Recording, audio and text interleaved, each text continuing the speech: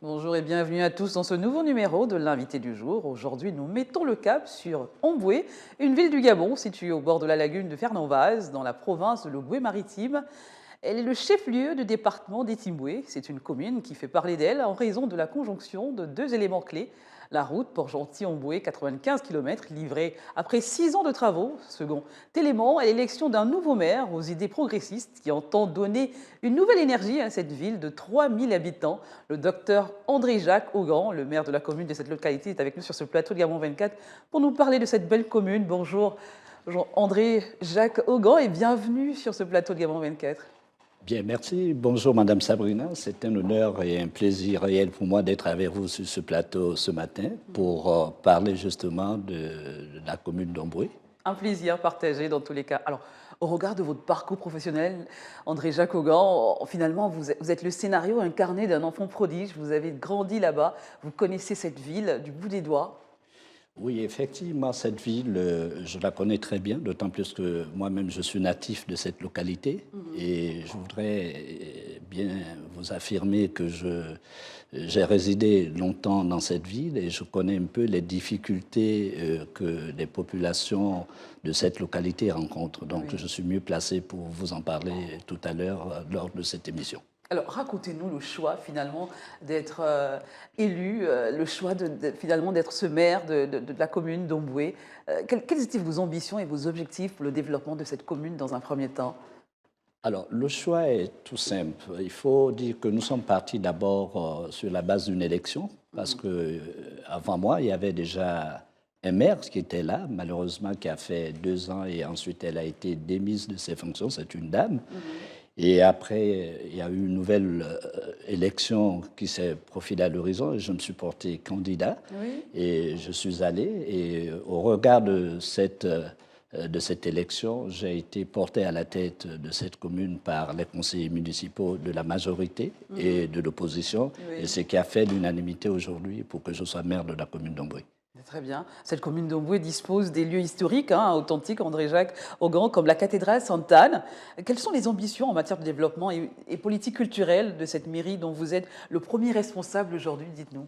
Alors, sur le plan politique, j'ai mis en place, si vous voulez, un système pour attirer plusieurs touristes dans cette ville.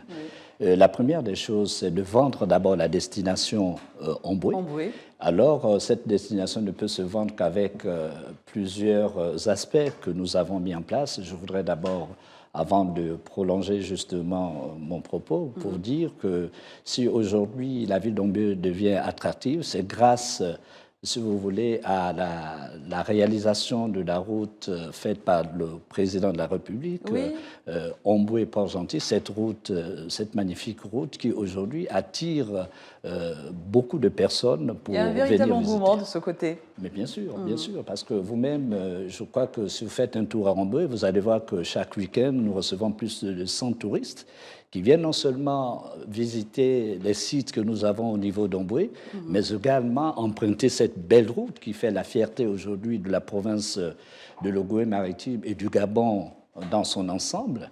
Et c'est d'ailleurs pour ça que j'invite ceux-là même qui n'ont pas encore eu l'occasion de découvrir cette belle route à venir prendre cette route pour justement donner un avis, parce que beaucoup pensaient que c'est un projet qui ne devait pas aboutir, mais le projet est là. Et bel et bien là. Il est là, puisque nous-mêmes nous empruntons cette route chaque jour.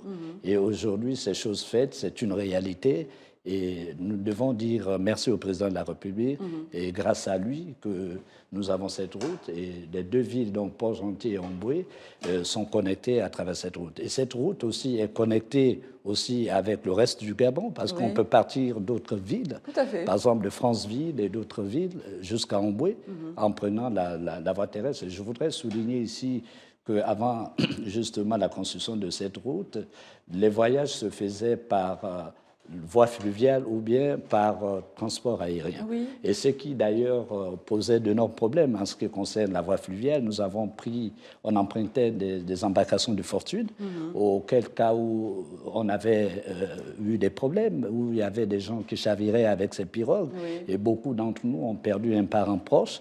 Et avec cette route, aujourd'hui, tout est fait et la solution est là. Nous disons merci encore au chef de l'État. Alors, parlons de cette cathédrale mythique, authentique. Est-ce qu'elle attire finalement des gens qui viennent visiter cette commune et voir cette cathédrale qui a toute une histoire finalement, André Jacques-Augan? Oui, il y a une histoire dans cette cathédrale, bien entendu. Je voudrais d'abord vous dire que cette cathédrale a été classée dans le patrimoine de l'UNESCO, patrimoine touristique. Et cette cathédrale, effectivement, a été construite avec les restes de la fameuse tour Eiffel qui se trouve à Paris. Vous comprenez aisément pourquoi les gens sont motivés à venir rencontrer plusieurs personnes et voir même cette cathédrale parce que c'est tout un symbole. On dit même qu'elle est la jumelle d'une autre, Sainte-Thérèse, à Oyem d'ailleurs. Effectivement, je le confirme. Alors, c'était la cathédrale Sainte-Anne. Quels sont les autres véritables atouts de développement touristique de cette localité, André Jacques-Augan? Alors, nous avons plusieurs atouts au niveau du département de Timboué et au niveau de la commune. Oui. Vous avez plusieurs sites, en tête desquels le site Luango Lodge, qui fait la fierté aujourd'hui du Gabon, mais également de l'Afrique centrale, parce que c'est l'un des meilleurs sites. Vous avez le camp Liambissi, le campement Liambissi, qui est chez nous. Vous avez également l'île Evengue, appelée encore l'île aux gorilles, où sont logés des gorilles qui sont orphelins, qui sont abandonnés.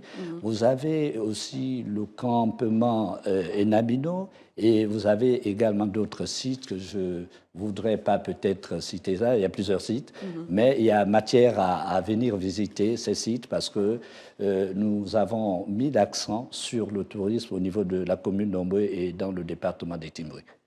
Alors, nous avons l'impression que vous êtes sur beaucoup de chantiers en ce moment. Lesquels? Parlez-nous de vos chantiers, justement, pour le développement en matière politique, culturelle de cette localité.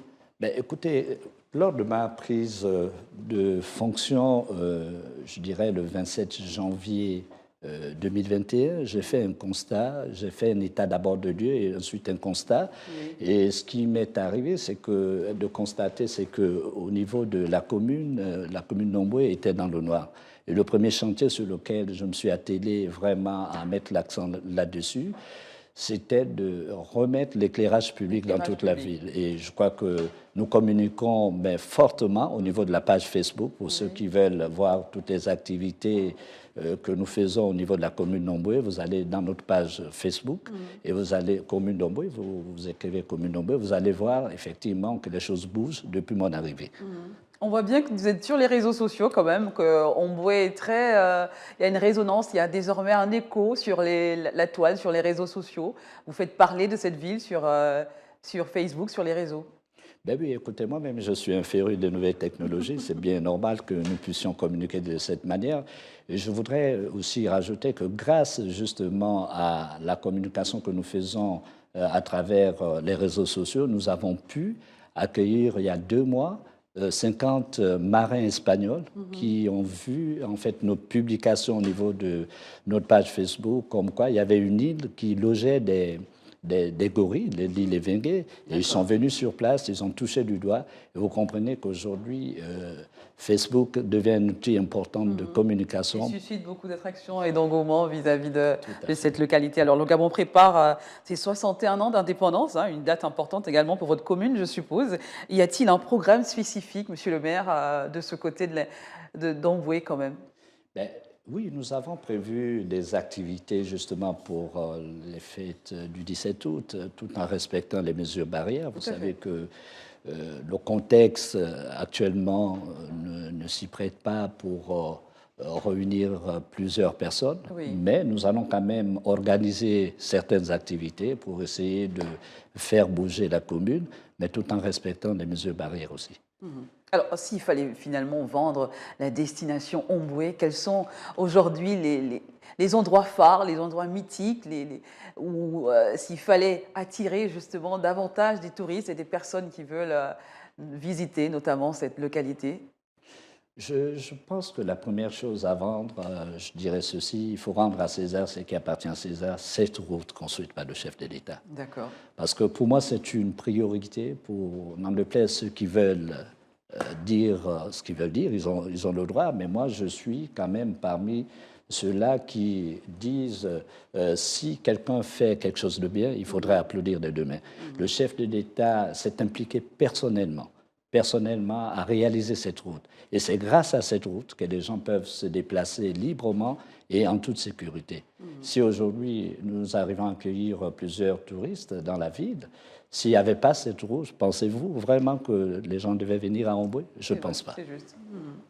Et d'autres, finalement, un appel d'autres endroits mythiques. Vous pouvez nous brosser un petit tableau comme ça pour nous donner envie de visiter Omboué.